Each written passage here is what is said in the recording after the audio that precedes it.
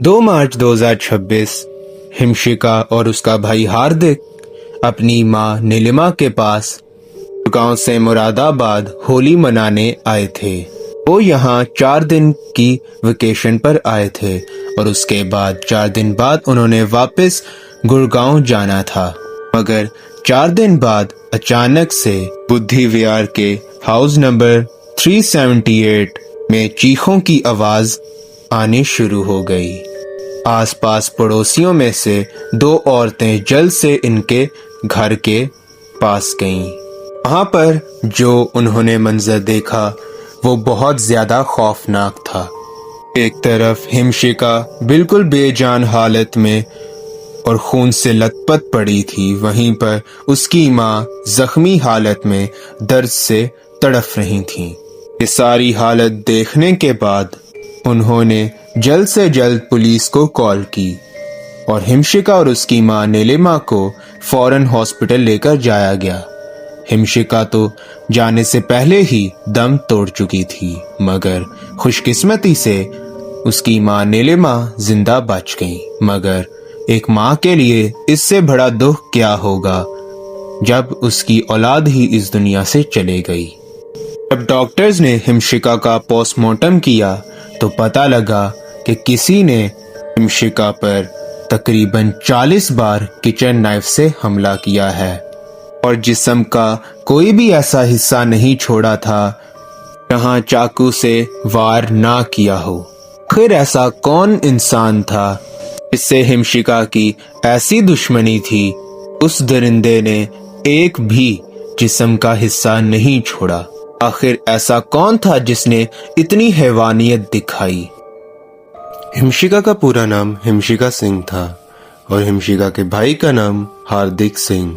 ये दोनों बहन भाई ट्विंस थे और ये 26 दिसंबर सन 2000 में पैदा हुए। इनकी मां नीलिमा सिंह एक सिंगल मदर थी। उनकी अपने हस्बैंड से काफी साल पहले ही डिवोर्स हो चुकी थी। यहाँ पर इनके हस्बैंड के मुतालिक कुछ खास इन्फॉर्मेशन नहीं है।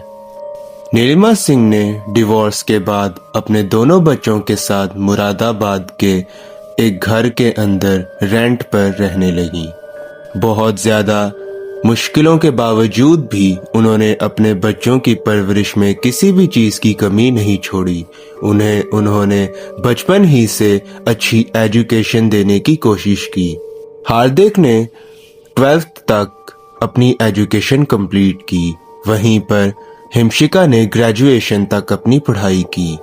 12th के बाद हार्दिक ने कंसेंट्रिक्स नाम की एक कंपनी जो कि गुड़गांव में है वहां पर जॉब शुरू कर दी और गुड़गांव में ही शिफ्ट हो गया।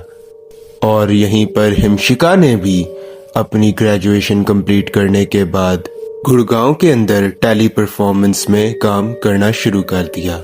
इसके साथ साथ वो अपना MBA भी कंप्लीट कर रही थी और हार्दिक वहां पर अपनी जॉब के साथ व्लॉग्स वगैरह बना रहा था।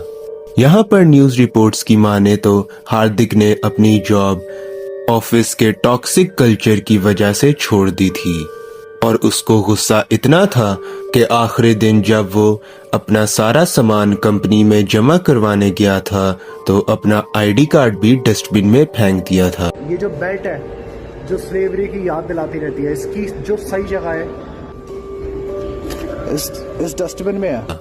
इसके बाद वो वापस मुरादाबाद अपनी माँ के पास आ गया और वहां पर ही उनके साथ उनकी कंपनी में काम करना शुरू हो गया। हार्दिक और उसकी बहन में बचपन ही से बहुत अच्छा बॉन्ड था और यहाँ तक कि उनकी माँ के साथ भी उनका बहुत प्यार था। इधर तक कि हार्दिक ने जब अपनी जॉब छोड़ी थी तब भी उसकी फैमिली ने उसे सपोर्ट किया था और हार्दिक भी अपनी फैमिली पर जान छिड़कता था। वो उनकी हर बात मानता था। यहाँ पर हिमशिका का एक वीडियो में ये भी कहना है कि हार्दिक उसकी हर बात मान लेता है, फिर वो चाहे जैसी भी हो। उसके पेरेंट्स उसकी बात माने या ना माने, मगर हार्दिक हमेशा उसकी बात मानता है। very blessed that I have a brother like him. That is very true. मैं हार्दिक को बहुत कम बोलती हूँ ताकि उसके भाव ना बढ़ जाए, पर सच्ची में I feel very blessed कि मैं उसकी बहन हूँ। कभी कोई बात मना नहीं करता, जो भी बोलती हूँ वो कर देता है बिना सोचे समझे कि मैं क्या बोल रही हूँ। मम्मी पापा एक बार को मना कर दे, कोई बात पॉसिबल है, पर हार्दिक कभी मना नहीं करता किसी भी बात के लिए। सो या I feel really blessed. Himshika ने भी अपनी टेली परफॉर्मेंस से जॉब छोड़ने के बाद एक दूसरी कंपनी में जॉब शुरू कर दी। यहाँ से उसने 1 हफ्ते की छुट्टियां ली और दोनों बहन भाइयों ने नैनीताल जाने का प्लान बनाया। इनकी कुछ दिनों बाद बर्थडे भी थी, तो इन्होंने अपनी बर्थडे नैनीताल में ही सेलिब्रेट की। यहीं पर 2 महीनों बाद हिमशिका और उसका भाई हार्दिक दोनों गुड़गांव से मुरादाबाद अपनी माँ के पास होली मनाने आए थे। यहाँ पर वो सिर्फ 4 दिनों तक रहने आए थे और तकरीबन 4 दिन बाद उन्होंने वापस गुड़गांव जाना था। और फिर 6 मार्च 2026 नीलिमा सिंह रोज की तरह अपने ऑफिस चले गईं। वहीं पर हिमशिका और हार्दिक ने आज शाम को ही गुड़गांव के लिए निकलना था।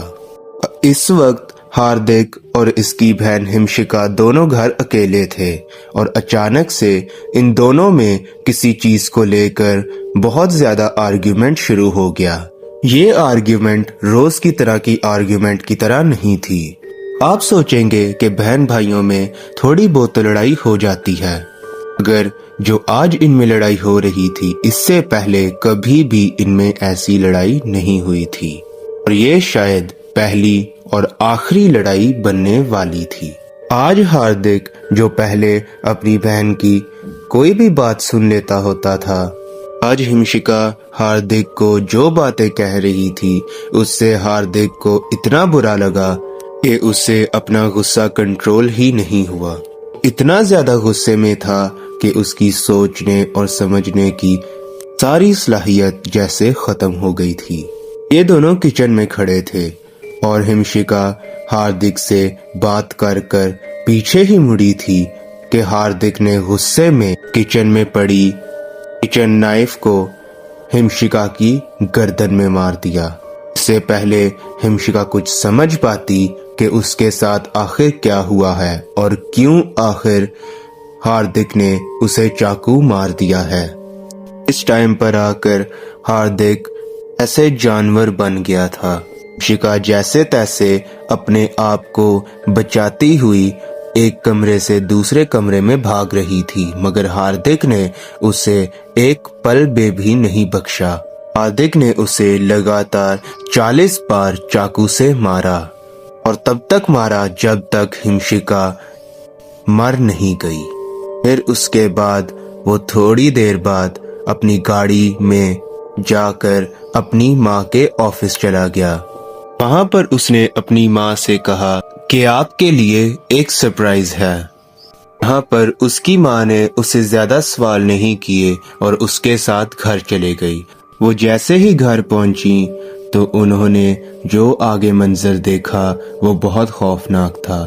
घर में हर जगह पर खून ही खून था। यहाँ पर नीलिमा सिंह ने जल्दी से बेडरूम की तरफ भागी तो वहां पर उन्होंने देखा कि उनकी बेटी बिल्कुल बेजान हालत में खून से लथपथ पड़ी है।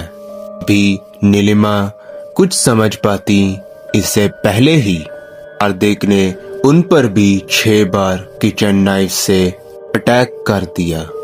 यहाँ पर नीलिमा बहुत ज्यादा चीखना शुरू हो गईं। पड़ोस में रहने वाली कुछ औरतें जल्दी से इनकी घर की तरफ भागीं। इस वक्त तक हार्दिक अपनी गाड़ी में बैठकर जल्दी से भाग गया था। इसके बाद वो जल्द से इन्हें हॉस्पिटल लेकर गए और आगे हमें पता है कि आखिर उनके साथ क्या हुआ। खून से लथपथ थी बेटी, रजाई इन्होंने ढक रखी थी और ये बहुत रोज चिल्ला रही थी। मेरा दिल बहुत घबरा गया। मैंने इन्हें संभाला और फिर एम्बुलेंस बुलाई और हम लोग यहाँ ले आए। हमने बस खाली उसका खून से लथपथ देखा। वो खून से लथपथ थी, ये कह रही थी वो मर गई, वो मर गई, वो मर गई, चीख रही थी बहुत तेज तेज। और हमने जाके मैंने देखा तो बहुत ब्लड निकल रहा था। मुझसे उसकी हालत नहीं देखी गई। हाँ अंदर गई थी, मैं देखा था बहुत ब्लड निकल रहा था। और कमरे में जी यहाँ पर पुलिस ने भी फौरन इस पर एक्शन लिया और यहाँ पर हार्दिक को ढूंढने के लिए पुलिस की अलग अलग टीम्स बनाई और हार्दिक को हर जगह ढूंढना शुरू कर दिया। और कुछ दिनों बाद ही हार्दिक को न्यू मुरादाबाद की लोकेशन से गिरफ्तार कर लिया गया। अब आप सोच रहे होंगे कि हार्दिक ने आखिर अपनी बहन और अपनी माँ को मारने की कोशिश क्यों की। आखिर जो इंसान अपने फैमिली पर जान छिड़कता था, जो अपनी बहन की हर बात मान जाता था, तो आखिर ऐसा भी क्या हुआ कि उसने उन दो लोगों की जान लेने की कोशिश की। यहाँ पर हम कुछ महीने पीछे जाते हैं। कुछ महीने पहले ही हार्दिक की एक लड़की से बात होना शुरू हुई। पहले ये दोनों अच्छे दोस्त बने और आहिस्ता आहिस्ता ये दोस्ती प्यार में बदल गई। इस लड़की के बारे में ज्यादा तो इन्फॉर्मेशन नहीं है, मगर कहा जाता है कि ये लड़की पुणे से थी और एक अलग रिलीजन से ताल्लुक रखती थी। अलग रिलीजन से ताल्लुक रखने की वजह से उस लड़की की फैमिली और हार्दिक की फैमिली दोनों ही इस रिलेशनशिप के खिलाफ थे। यहाँ पर हार्दिक ने उस लड़की के घर वालों से बात करने की भी कोशिश की, मगर बात नहीं बनी और उन्होंने हार्दिक को उस लड़की से दूर रहने को कहा। और यहीं पर हार्दिक की फैमिली ने भी हार्दिक को उस लड़की से दूर रहने को कहा। उस दिन भी हार्दिक की अपनी बहन के साथ इसी चीज को लेकर बहस चल रही थी और वो बहस इतनी ज्यादा बढ़ गई कि हार्दिक ने ये कदम उठा लिया। असल में जब से हार्दिक का उस लड़की के साथ रिलेशनशिप शुरू हुआ था, तब से ही उसकी माँ के मुताबिक वो बहुत ज्यादा गुस्से में रहना शुरू हो गया था। यहाँ पर हार्दिक से जब पूछा गया कि उसने अपनी माँ को क्यों मारा, यहाँ पर उसने कहा कि कत्ल करने के बाद उसने जेल में चले जाना था, तो पीछे उसकी माँ को आखिर कौन संभालता, जिसकी वजह से उसने अपनी माँ को भी मारने की कोशिश की, मगर खुशकिस्मती से उनकी माँ बच गई। यहाँ पर हार्दिक ने उस लड़की के लिए अपनी बहन और अपनी माँ को मारने की कोशिश की, जिस लड़की से वो कभी मिला भी नहीं था। यहाँ पर नुकसान हार्दिक का अपना भी हुआ। एक तरफ उसने अपनी बहन को मार दिया और अब उसको अपनी सारी जिंदगी जेल में ही गुजारनी है। वहीं पर उसकी माँ, जिसने एक लम्हे में ही अपनी औलादों को खो दिया, एक इस दुनिया में नहीं रही और दूसरी पूरी जिंदगी के लिए जेल में ही रहेगी। अक्सर हम सोशल मीडिया पर देखकर कहते हैं कि ये लोग बहुत खुश होंगे, मगर असल में उनकी असल जिंदगी क्या है हम उसके बारे में कभी भी नहीं जानते। यहाँ पर अक्सर हम सोशल मीडिया पे जो चीजें देखते हैं वो चीजें जरूरी नहीं कि वो सच ही हों। बाकी आपका इस केस के बारे में क्या कहना है? और अगर आपको वीडियो अच्छी लगी हो तो इसे लाइक करें और हमारे चैनल को भी सब्सक्राइब करें।